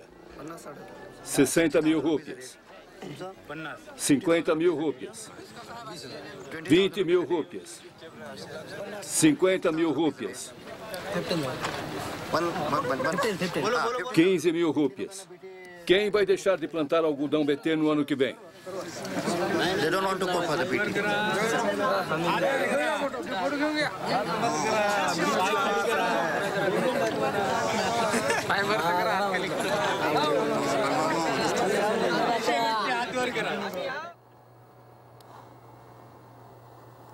Sementes do Suicídio é o nome do livro da física Vandana Shiva. Ela recebeu o Prêmio Nobel Alternativo e dirige a organização Navidania, cujo objetivo é a conservação das sementes convencionais. Chega de transgênicos. Nova Delhi, Índia. No início, Vandana Shiva lutou contra a primeira Revolução Verde, que trouxe a agricultura industrial para a Índia na década de 60. Atualmente, ela denuncia o que chama de Segunda Revolução Verde, a dos cultivos transgênicos patenteados. A diferença é que a primeira Revolução Verde teve origem no setor público e foi comandada pelas entidades governamentais que controlavam a pesquisa. Já a segunda Revolução Verde foi deflagrada pela Monsanto. Foi uma revolução promovida pela Monsanto. A segunda grande diferença é que a primeira Revolução Verde tinha como objetivo oculto a venda de mais produtos químicos, mas o objetivo primordial era produzir mais alimentos, era segurança alimentar. E sim, se produzia menos leguminosas, menos oleaginosas, mas se produzia mais arroz e trigo que alimentava o povo. A segunda Revolução Verde não tem nada a ver com segurança alimentar. Tem a ver com o lucro da Monsanto. É só o que interessa. Sempre foi dito que a engenharia genética era o caminho para chegar às patentes, mas as patentes são seu real objetivo. Se olharmos o planejamento de pesquisa da Monsanto, veremos que no momento eles estão pesquisando cerca de 20 cultivos diferentes com genes BT. Não há nada que deixe intocado. A mostarda, o quiabo, a berinjela, o arroz, a couve-flor. Uma vez que estabeleceram a norma, esta semente passa a ser propriedade deles. Royalties podem ser coletados. Vamos depender deles para cada semente que plantarmos, para cada produto que colhermos. E se eles controlarem as sementes, vão controlar os alimentos, e isso é estratégico. Claro, é muito mais poderoso do que bombas, mais poderoso do que qualquer arma. É o melhor método para controlar as populações mundiais. A Monsanto respondeu à argumentação de Vandana Shiva exibindo seu compromisso, integridade, diálogo, transparência e compartilhamento. Queremos participar de forma construtiva deste processo em conjunto com os países do mundo. Queremos encontrar respostas para todas as questões. Os produtos precisam ser seguros para o meio ambiente. Precisamos saber como eles vão afetar a biodiversidade, como vão afetar as outras plantas, os insetos e os pássaros. E quanto ao cruzamento genético?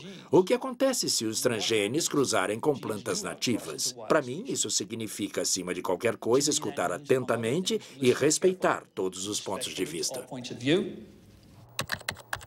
Apesar de sua aparência tranquila, Robert Shapiro tocou em um assunto que preocupa os adversários dos organismos transgênicos, a contaminação transgênica, que a Monsanto prefere denominar de presença acidental que faz parte da natureza.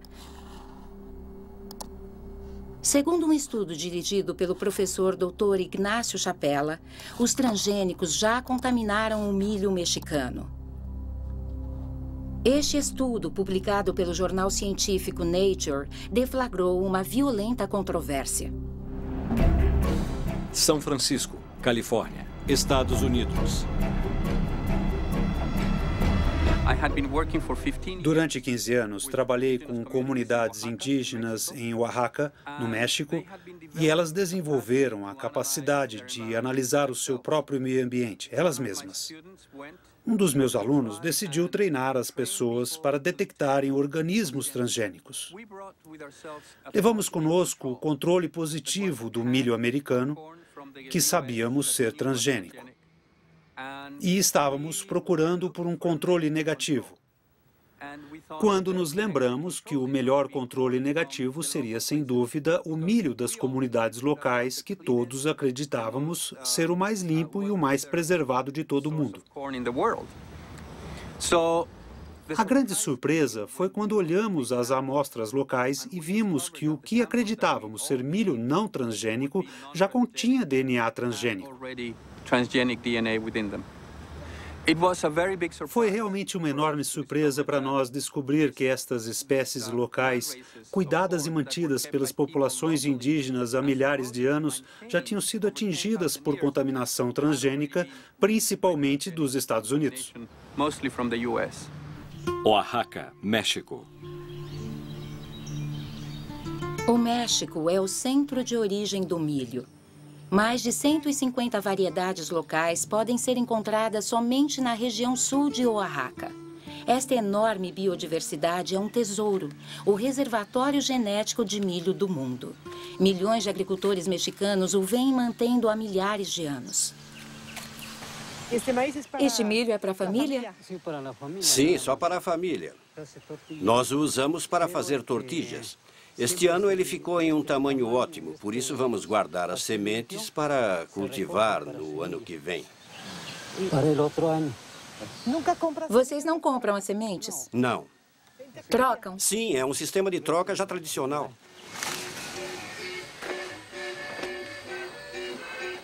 Para preservar a sua biodiversidade, o México baniu os cultivos transgênicos.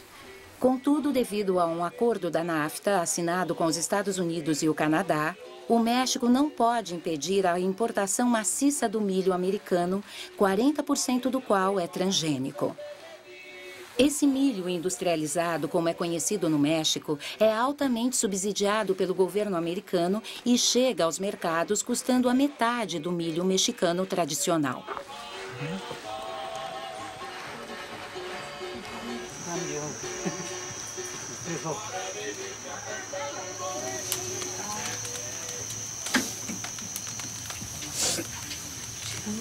Posso falar com você enquanto faz as suas tortilhas com milho local? Pode.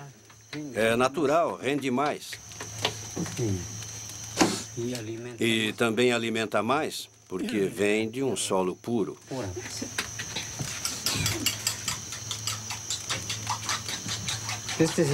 Este é o milho azul.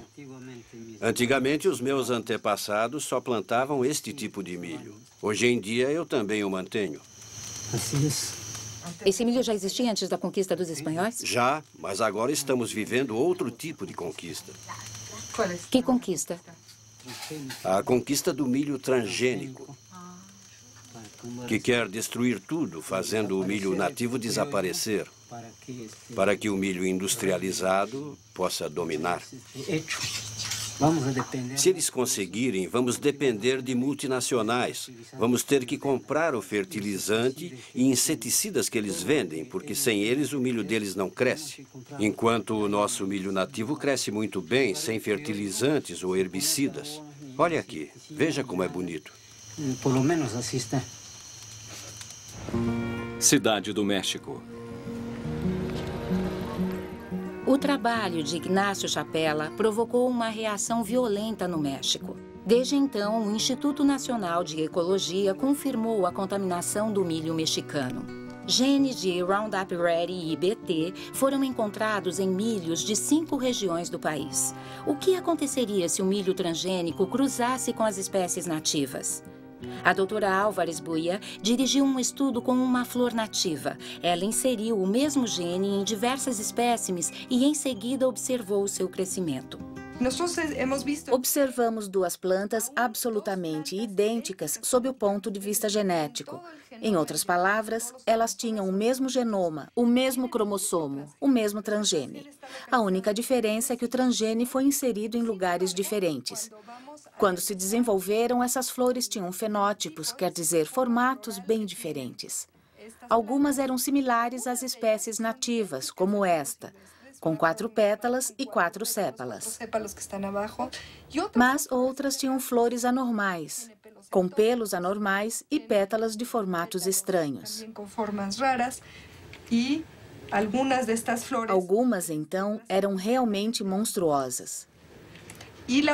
A única diferença nestas plantas foi o local de inserção do transgene, que foi escolhido aleatoriamente. E o que pode acontecer com o milho?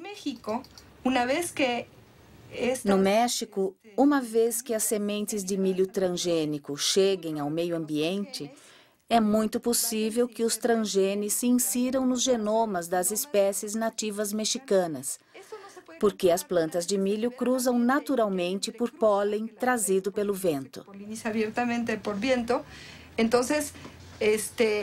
Sendo assim, nosso temor é que o milho nativo seja incontrolavelmente afetado.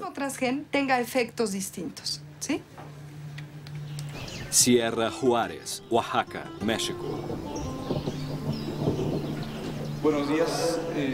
Bom dia. Gostaria de convidá-los para uma palestra sobre as novas doenças que estão afetando o nosso milho devido à contaminação transgênica. Aldo lidera uma organização de povos nativos.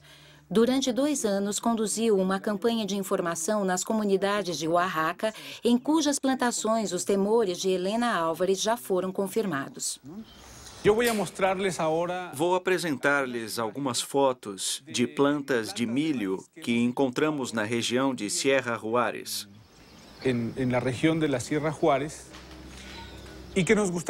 Gostaria de saber se vocês já viram alguma coisa parecida em suas comunidades.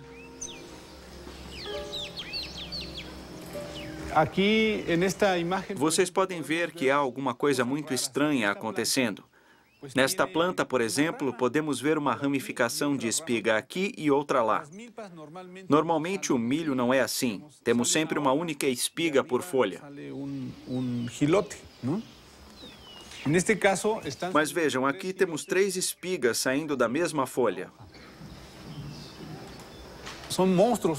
São realmente plantas monstruosas.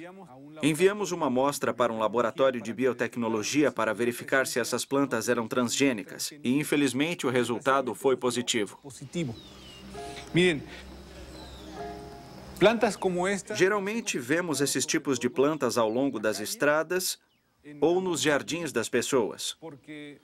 É possível que as pessoas comprem milho no mercado e, ao voltar para casa, deixem cair alguns grãos. Esses grãos germinam e é assim que o milho local se contamina. Pelo que você disse, se não conseguirmos impedir que eles se espalhem nos nossos campos, em breve teremos de comprar as sementes, pois nosso próprio milho não crescerá mais. Isso é muito preocupante. O que devemos fazer? Antes de mais nada, se vocês encontrarem uma planta estranha, devem remover o estame imediatamente, porque é de onde vem o pólen. E sempre devem observar as suas plantas com muita atenção. Você não acha que esta seja mais uma estratégia da Monsanto, que o que eles não conseguiram por meios legais esteja sendo forçado via contaminação? Sim, andamos nos perguntando se essa contaminação não seria intencional. Se o centro de origem do milho for contaminado, o resto do mundo virá atrás. A contaminação beneficia apenas multinacionais como a Monsanto.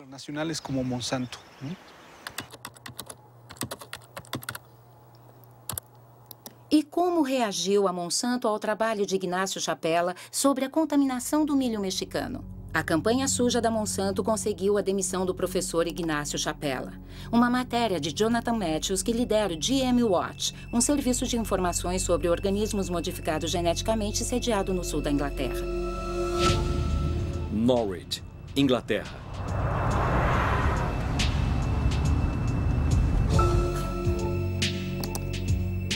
Segundo Jonathan Matthews, Ignácio Chapela foi vítima de uma campanha deflagrada pelo AgBioWorld, um website que apoia os transgênicos.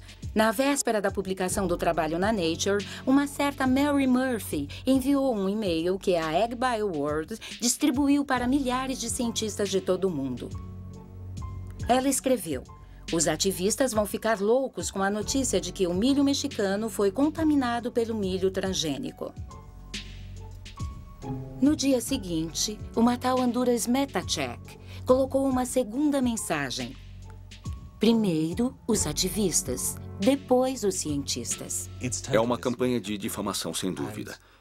Isto foi o que aconteceu no primeiro dia. Murphy's Metacheck colocando e-mails e outros vindo dizer que temos que nos manifestar sobre isto.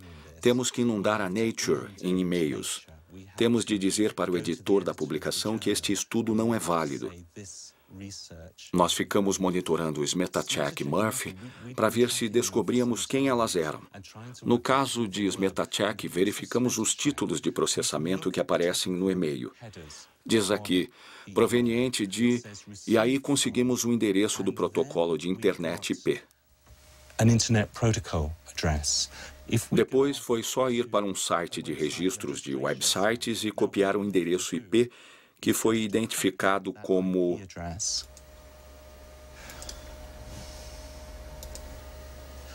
pertencendo à organização Monsanto sediada em St. Louis. Já a Mary Murphy deixou algumas dicas que facilitaram o nosso trabalho.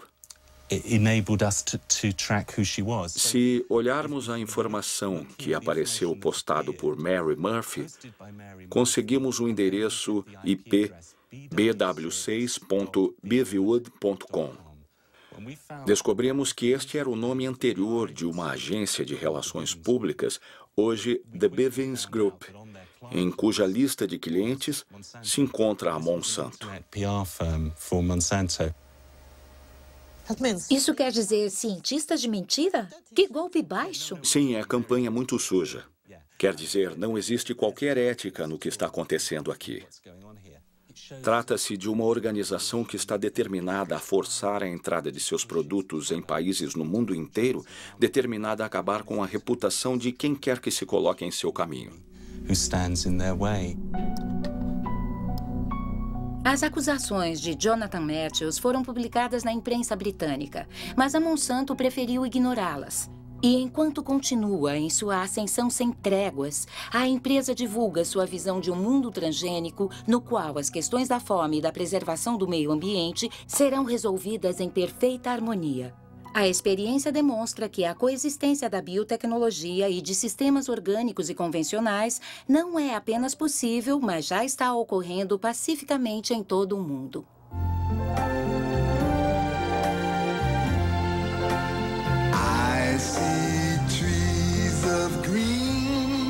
Imagine um mundo que preserve a natureza, o ar, os rios, onde a gente possa produzir mais com menos agrotóxicos, sem desmatar as florestas. Você pensa num mundo com transgênicos.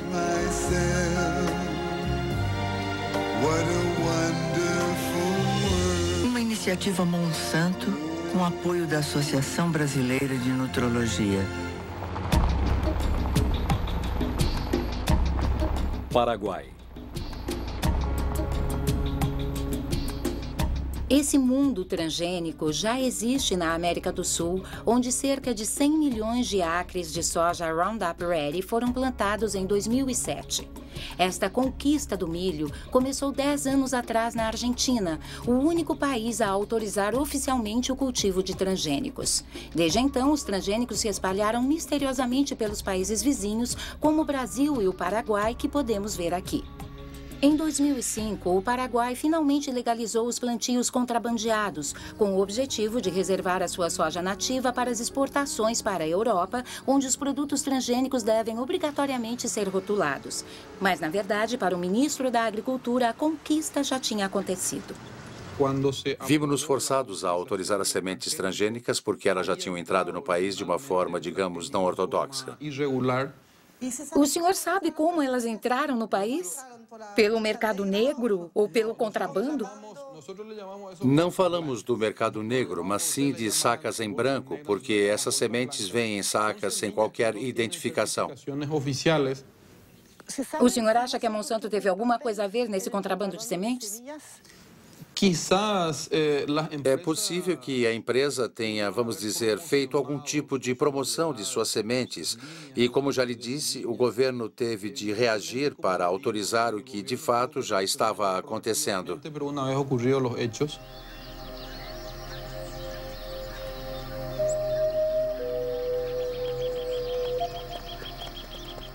Qualquer que seja a origem deste contrabando, o fato é que ele foi extremamente rentável para a Monsanto. Assim que os plantios foram legalizados, a empresa passou a receber royalties sobre cada tonelada de soja que o país produziu, tal como no Brasil.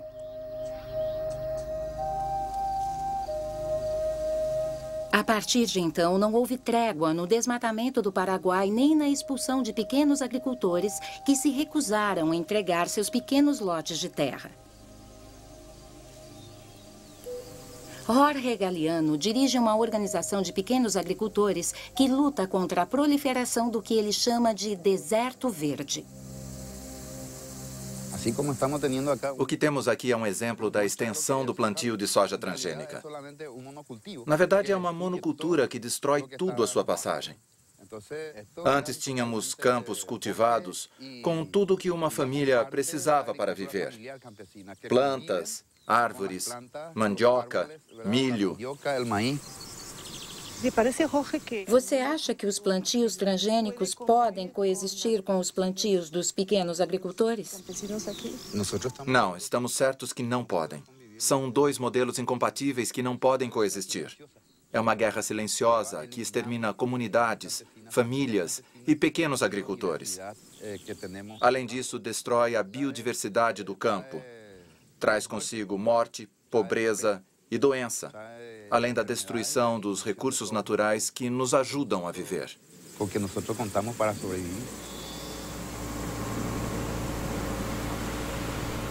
Hoje, o herbicida Roundup é pulverizado em todo o Paraguai por pulverizadores manuais ou mecânicos dirigidos por trabalhadores sem qualquer proteção. O herbicida é pulverizado bem na porta das pessoas ou perto das culturas de subsistência dos pequenos agricultores. A cada ano, os plantios são destruídos e milhares de pessoas contaminadas. Como esta família, que está rodeada pelos transgênicos da Monsanto. Os pais estão preocupados com seu filho Pedro, porque ele atravessa os campos de soja todos os dias para vender as tortillas feitas por sua mãe.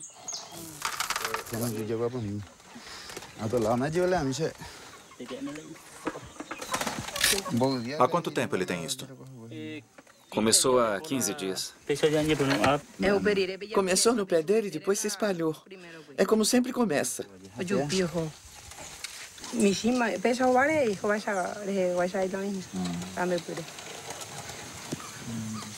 Ele tem dores de cabeça?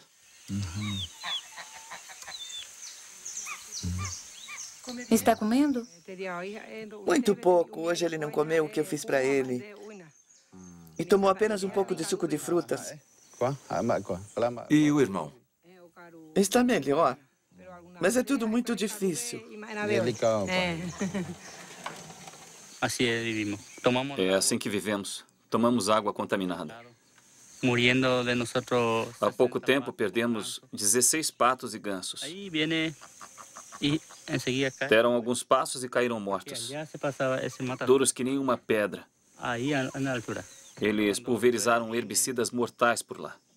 E quando chove, a água chega até aqui. Como os patos vivem na água, este é o resultado. No Paraguai, 70% da terra agricultável pertence a apenas 2% da população. Com os transgênicos, essa concentração está aumentando. 3/4 dos agricultores de soja são estrangeiros que buscam tomar posse deste novo ouro verde. O veto a rações de origem animal após a crise da vaca louca e a recente euforia com os biocombustíveis fizeram os preços da soja disparar e aumentaram a demanda por sementes Roundup Ready. Segundo o último censo realizado no Paraguai, a cada ano 100 mil pessoas deixam as áreas rurais para viver em favelas urbanas. Destas, cerca de 70% fogem da soja transgênica da Monsanto, cujo destino é a alimentação das galinhas, vacas e porcos da Europa. Vamos falar sobre o modelo de produção da soja transgênica promovida pela Monsanto. Trata-se de uma autêntica multinacional presente em todo o mundo. Seu objetivo é controlar toda a produção de alimentos do mundo por meio de uma agricultura sem agricultor.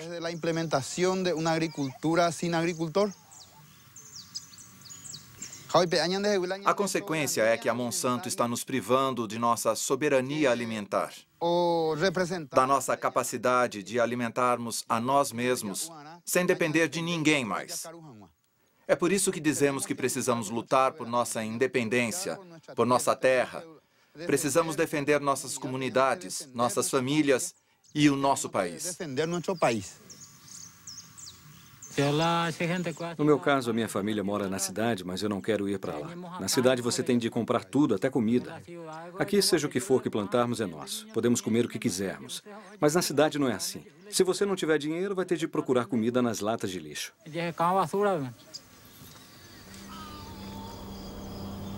A luta destas famílias para sobreviver comove a todos nós. Em 2007, a Monsanto empregava 18 mil trabalhadores em 50 países. Também em 2007, as suas ações não pararam de subir e os lucros chegaram a $1 bilhão. Entre seus acionistas contam-se não apenas fundos de pensão e bancos, mas também milhares de pequenos investidores.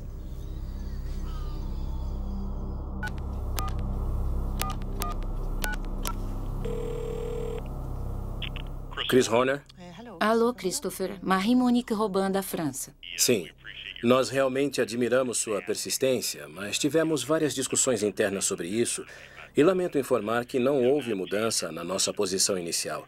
Não há motivo para contribuirmos com esta produção. Acreditamos que não virá a ser positivo. Então, você entende.